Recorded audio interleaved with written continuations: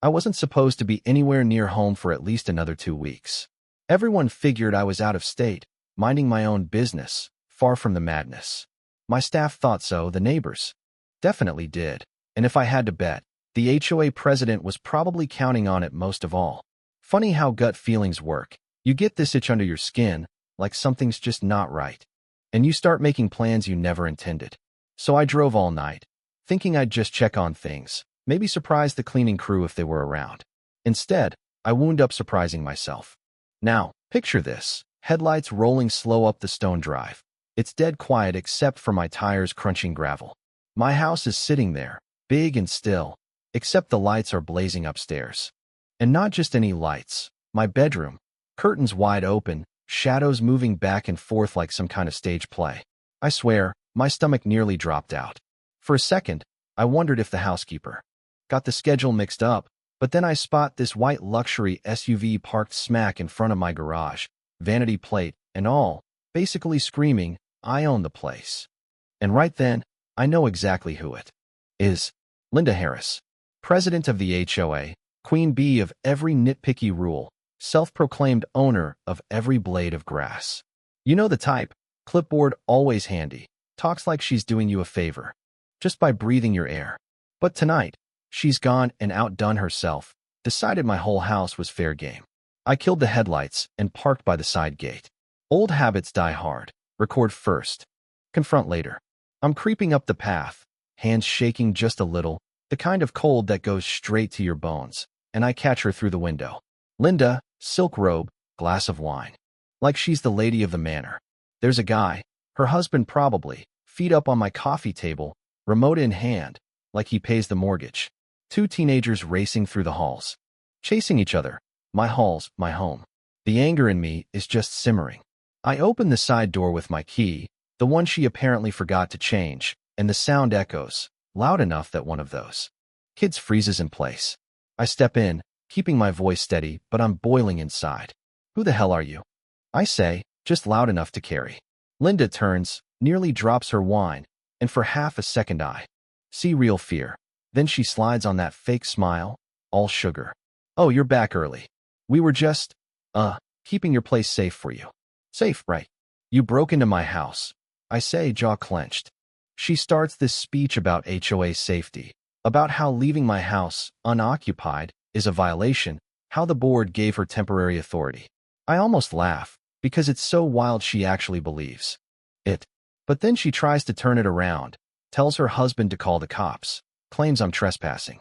Imagine walking into your own living room and being told to leave. So I wait, arms crossed, barely breathing. And not 5 minutes later, red and blue lights start flickering through the window. Neighbors are out, some filming with their phones, waiting for fireworks. 2 officers come in, looking between Linda and me, and Linda goes full drama queen. "Officers, thank God, this man broke into my home. He's dangerous. I swear, you can't make this stuff up." I hand one of the cops a folder with my deed, notarized, all official. Name's John Miller. "This is my house. She's the HOA president. She broke in." The cop flips through, then turns to Linda, dead serious. "Ma'am, do you have anything proving ownership?" She stammers, mumbles about the board, but the officer just shuts it down. "The board doesn't own your house." You should have seen her face. For the first time, there's real panic in her eyes. Neighbors are staring, nobody's saying a word. The cop tells her to leave. She goes off, calls it harassment, discrimination, says we'll regret it. I just watch, stone quiet, as she gets marched out. When the door finally closes, it's dead silent. All I can smell is her perfume, my stuff rearranged, rugs stained, photos moved. My home, violated. I start documenting everything, phone in hand, telling myself this isn't over. 2 days later, early morning, there's pounding at my door, sharp, angry, no nonsense. Linda's back, decked out like she's heading to court, 2 rent-a-cop, HOA security, guys flanking her. She's smiling, but it's venom. "John, hope you enjoyed your little show, but the HOA board has reviewed your case. We're seizing the property for abandonment."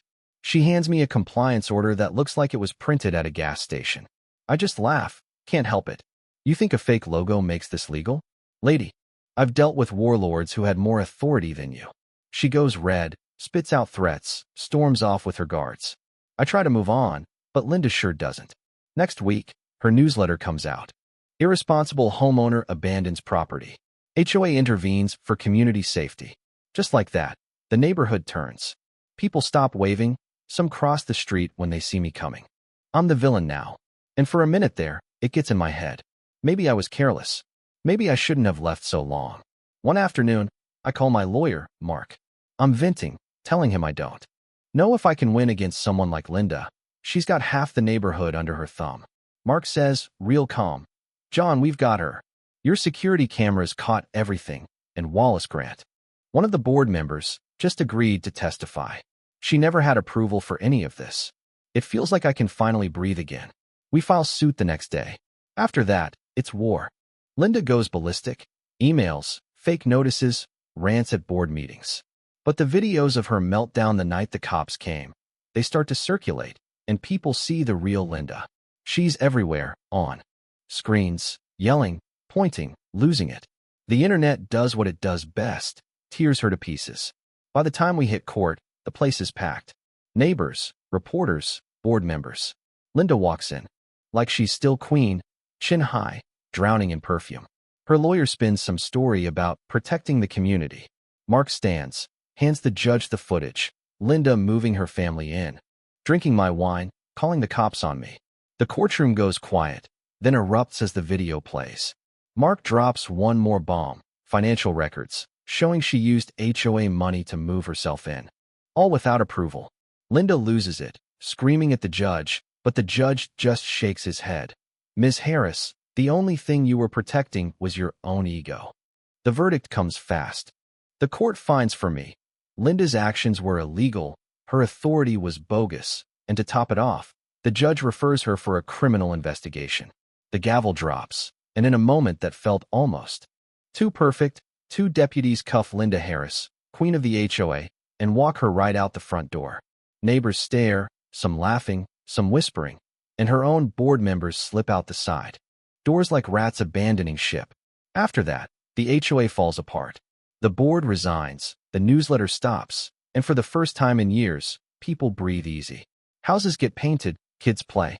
Outside, gardens pop up again.